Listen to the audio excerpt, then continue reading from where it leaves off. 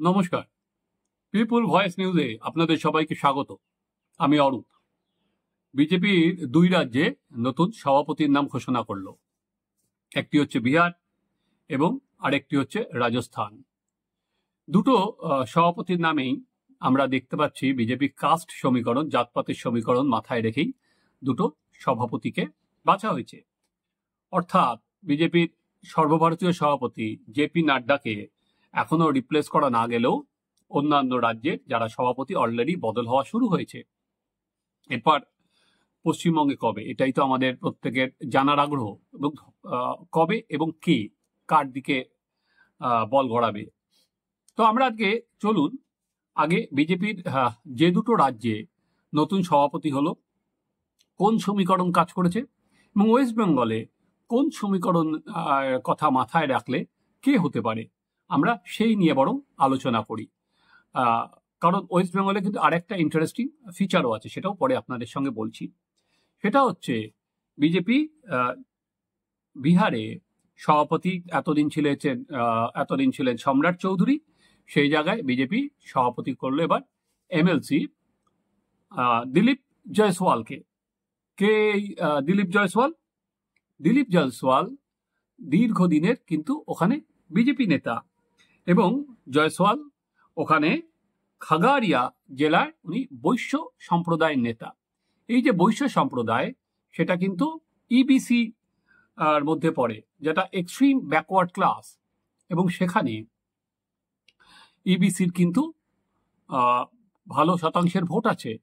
আগামী বছর আমরা জানি বিহারে বিধানসভার নির্বাচন, ফলে একদম পিছিয়ে পড়া একটি সম্প্রদায়ের মানুষকে সভাপতি করে বিজেপি কিন্তু তাদের মধ্যে একটি মেসেজ দিল। সম্রাট চৌধুরী এখন অলরেডি ওখানকার উপমুখ্যমন্ত্রী এবং বিজেপিতে যেটা আছে এক ব্যক্তি এক পদ, সেখানে দাঁড়িয়েও সম্রাট চৌধুরীকে সরে যেতেও হতো। মোট বিজেপি এবারে লোকসভায় যদি দেখা যায়, বিজেপি ওখানে 17টা আসনে লড়ে 12টা আসনে ওখানে জয়লাভ করেছে। জয়সওয়াল উল্টো দিকে এবার নিয়ে থার্ড টার্ম এমএলএ এবং উনি দীর্ঘদিনের বিজেপি নেতা। একটা সময় সিকিমের উনি দায়িত্বে ছিলেন, তারপর উনি কোষাধ্যক্ষের দায়িত্ব পালন করেছেন।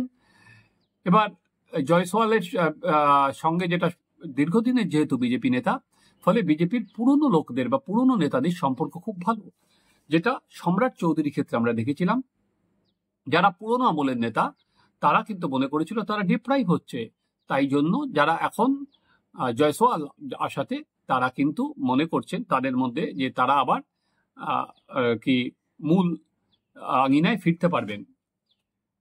এবার এত গেল বিহারের কথা। এবার আমরা দেখি রাজস্থান নিয়ে। রাজস্থানে রাজ্যসভার এমপি মদন রাঠৌরকে বিজেপি সভাপতি করলো। রাঠৌর রিপ্লেস করলো কাকে? সিপি যোশীকে। গত জানুয়ারি মাসেই সিপি যোশী এই ইয়ারে ওখানকার সভাপতি করা হয়েছিল, যেটা শোনা যায় যে সিপি যোশী নাকি নিজেই সরে যেতে চেয়েছিলেন, থাকতে চাইছিলেন না ওখানে। যেটা হলো যে সিএম করা হলো ভজনলাল মিনাকে, এবং ওখানে যেহেতু বেশিরভাগ ব্রাহ্মণ পেশ, সেই জন্য এবার ওবিসি কমিউনিটির মধ্যে রাঠৌরকে নিয়ে আসা হলো। রাঠৌরের বয়স 69 বছর এবং উনি বিজেপিতে ওনার এমপি থাকার আগে উনি এমএলএ ছিলেন, এবং সেখানে এবার বিজেপি কিন্তু এবার লোকসভায় খুব একটা ভালো ফল করেনি। 25টা আসনের মধ্যে বিজেপি মাত্র কিন্তু 14টা আসন লাভ করতে পেরেছে, ফলে বিজেপির আসন সংখ্যা কিন্তু সেখানে ভালো নয়। এবং রাজস্থানেও এই বছরেই বিধানসভার উপনির্বাচন আছে, এবং আপনারা জানেন রাজস্থানে প্রচুর বিজেপির মধ্যে গোষ্ঠীদ্বন্দ্ব আছে। বিশেষ করে বসুন্ধরা রাজেকে প্রায় তো সাইডলাইনই করে দিয়েছে বিজেপি, এখনো পর্যন্ত প্রাক্তন মুখ্যমন্ত্রীকে কোনো জায়গা দেয়নি। শিবরাজ সিং চৌহান জায়গা পেলে রমন সিং বা বসুন্ধরা রাজে, যারা লালকৃষ্ণ আদবানি বা অটল বিহারী বাজপেয়ীর সঙ্গে যারা রাজনীতি করেছেন, তারা কিন্তু এখনো পর্যন্ত রমন সিং বা বসুন্ধরা রাজের কিন্তু কোনো জায়গা হয়নি। এই অবস্থায় বিজেপি নিজেদের ঘর গুছিয়ে নামছে বিধানসভা ভোট এবং বিধানসভার উপনির্বাচনের দিকে ফোকাস রেখে। তার মানে কি দাঁড়ালো? আপনাদের যেটা বললাম, এখনো পর্যন্ত নাড্ডাকে হয়তো এই বছরও না সরানো হতে পারে, একজন কার্যনির্বাহী সভাপতি করে হয়তো চালানো হতে পারে, যে বছরের শেষে হয়তো জেপি নাড্ডা বা জানুয়ারি মাসে জেপি নাড্ডাকে রিপ্লেস করা হবে। ঠিক যেরকম অমিত শাহ যখন সভাপতি ছিলেন, তারপরে জেপি নাড্ডাকে যখন অমিত শাহর জায়গায় নিয়ে আসা হলো, সব জেপি নাড্ডাও কিন্তু এরকম কার্যনির্বাহী সভাপতি হিসাবেই দায়িত্ব চালিয়েছিলেন। এবার কেন বলছি ওয়েস্ট বেঙ্গলের সঙ্গে এটা আর কি মিল আছে, বা ওয়েস্ট বেঙ্গলের ওপর কে কার্যনির্বাহী সভাপতি হবে, সেটা কিন্তু ওয়েস্ট বেঙ্গলের সঙ্গেও আর কি ওয়েস্ট বেঙ্গলের ক্ষেত্রেও প্রাসঙ্গিক। কেন? কারণ লোকসভার ভোটের পর জেপি নাড্ডা যে লিস্ট রিলিজ করেছিলেন, সেখানে পর্যবেক্ষক হিসাবে ওয়েস্ট বেঙ্গল কিন্তু খালি ছিল। তাই ধরে নেওয়া হয়েছিল যে সুনীল বনসালি কি তাহলে পর্যবেক্ষক থেকে যাবেন, কিন্তু কোনো নাম কিন্তু ঘোষণা হয়নি। কিন্তু কার্যনির্বাহী সভাপতি হিসাবে কিন্তু সুনীল বনসালের নাম আছে। ফলে সুনীল বনসাল যদি কার্যনির্বাহী সভাপতি হন, তাহলে কিন্তু এই জায়গায় নতুন কাউকে পর্যবেক্ষক ওয়েস্ট বেঙ্গলে ঠিক করতে হবে। না হলেও ঠিক করা যায় এরকম নয়। সেখানে সুনীল বনসালের, যেহেতু উনি এক অন্যতম প্রধান কন্টেন্ডার কার্যনির্বাহী সভাপতি হিসাবে, তাই সুনীল বনসালের নাম সেখানে আছে। এবার আমি আসুন, যেটা প্রধান আমি বলেছিলাম যে ওয়েস্ট বেঙ্গলে কোন ইকুয়েশন ধরে হবে। ওয়েস্ট বেঙ্গলেও কি জাতপাতের ইকুয়েশন ধরে হবে? না, ওয়েস্ট বেঙ্গলের কোনো মহিলা কেন্দ্রিক মুখকে নিয়ে আসা হবে বলে যেটা আর কি প্রচারে আছে। কারণ এখানে প্রায় 50% মহিলা ভোট, এবং যে মহিলা ভোট বেশিরভাগটাই মমতা বন্দ্যোপাধ্যায় নানা রকম স্কিম দিয়ে মমতা বন্দ্যোপাধ্যায় তার দিকে টেনে নিয়ে যেতে সক্ষম হয়েছেন। তাহলে ওয়েস্ট বেঙ্গলে কি হবে? এবার ধরুন যে এখানে আমি প্রথমে কি বললাম, যে জয়সওয়ালকে করাতে যে পুরনো বিজেপির নেতারা খুশি হয়েছেন, তাহলে কি দিলীপ ঘোষকে বেছে নেওয়া হবে যে পুরো আর কি পুরো বিজেপির নেতাদের দলের মধ্যে যাতে জায়গা পান? সেটা এখনো পর্যন্ত কোনো খবর নেই। এবার আসুন, তাহলে কি কোনো মহিলা মুখকে বেছে নেওয়া হবে যেখানে অনেকগুলো কন্টেন্ডার আছে সেখানে দাঁড়িয়ে?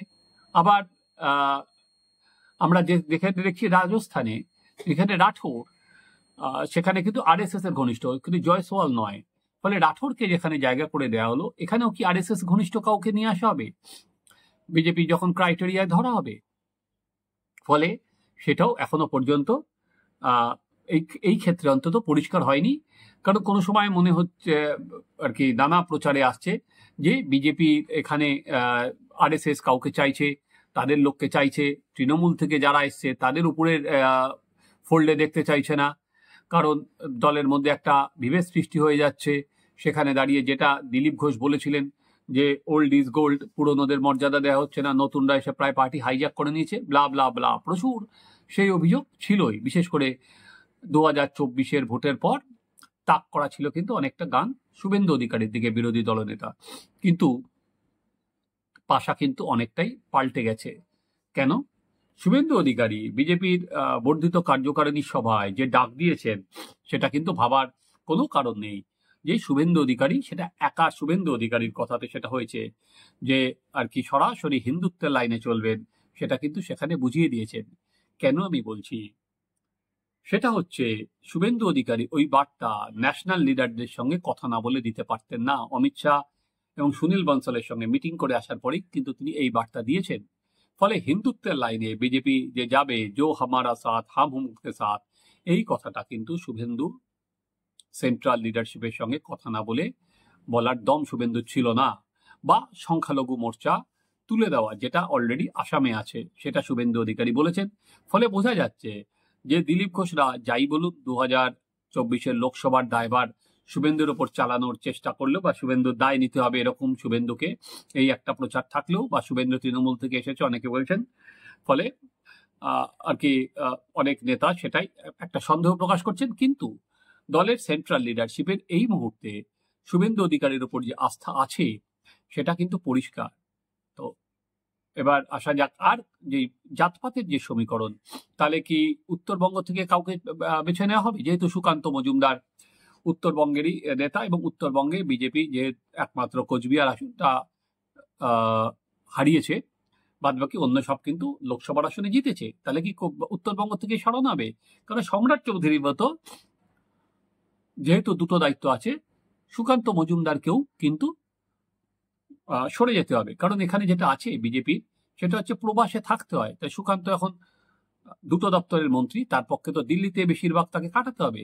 ফলে সভাপতি হিসেবে তার রাজ্য ঘোরাও সম্ভব নয়। তো তাহলে উত্তরবঙ্গ থেকে যেতে হয়, তাহলে মুখ কি? উত্তরবঙ্গ কি যদি তাহলে কি আহ, বার্তা দিতে কোনো সার্টেন কমিউনিটিকে বেছে নেওয়া হবে, নাকি আরএসএস ঘনিষ্ঠ কাউকে তুলে আনা হবে, নাকি দক্ষিণবঙ্গে আমরা দেখেছিলাম যে আদিবাসী বেল্ট, সেই জায়গায়ও কিন্তু বিজেপি এবার ভালো ফল করেনি। তাহলে কি কোনো মাহাতো কমিউনিটির কাউকে আনা হবে? ফলে এই যে জাতপাতের নানা ইকুয়েশন, এর মধ্যে কিন্তু দেখার বিজেপি ঠিক কোনটা পিক অ্যান্ড চুজ করে। কারণ আমি বললাম, কারণ 2026-এর বিধানসভা নির্বাচনের দিকে তাকিয়েই করতে হবে। সেটা কোনটা বিজেপি সেন্ট্রাল লিডারশিপ মানবে? সেটা কি মহিলা ভোটকে ফোকাস করবে? সেটা কি আর কি যিনি হবেন তার সঙ্গে কি আরএসএস এর ঘনিষ্ঠতা থাকা দরকার? বা উত্তরবঙ্গের দিকে তাকিয়ে সেখানে আমরা দেখতে পারলাম আজ অনন্ত মহারাজকে এনে যেটা ভাবা গিয়েছিল, উল্টে অনন্ত মহারাজের কথায় বিজেপির ক্ষতি বই লাভ হবে না। রাজবংশী ভোট ব্যাকফেয়ার করছে, কারণ কোচবিহারে হেরে গেছে, যেখানে রাজবংশী অধ্যুষিত এলাকা। তাহলে কি আবার নতুন কাউকে তুলে আনা হবে? বা আদিবাসীদের বার্তা দিতে নাকি কাউকে রাখা হবে? ফলে এই যে কাস্ট কম্বিনেশন, কোনটা শেষ পর্যন্ত বিজেপি, অমিত শাহ, নরেন্দ্র মোদী, জেপি নাড্ডারা বেছে নেন, সেটা আমাদের লক্ষ্য করার বিষয়। কারণ যে যাকেই সামনে রেখে হোক, সেই আগামী 2024 সালের নির্বাচনে বিজেপিকে লিড করবেন। ফলে বোঝা যাবে বিজেপির ফোকাস এরিয়া কোনটা। এবং খুব যেভাবে পরিবর্তন শুরু হয়েছে অন্যান্য সভাপতি, আবার মনে হয় সেখানে দাঁড়িয়ে এটাও হয়তো এই মাস বা পরের মাসেও হয়তো সেই তালিকা বা সেই নামটা প্রকাশিত হয়ে যাবে। আপনারা দেখুন আমাদের চ্যানেল সাবস্ক্রাইব করুন, আপনাদের মতামত জানান।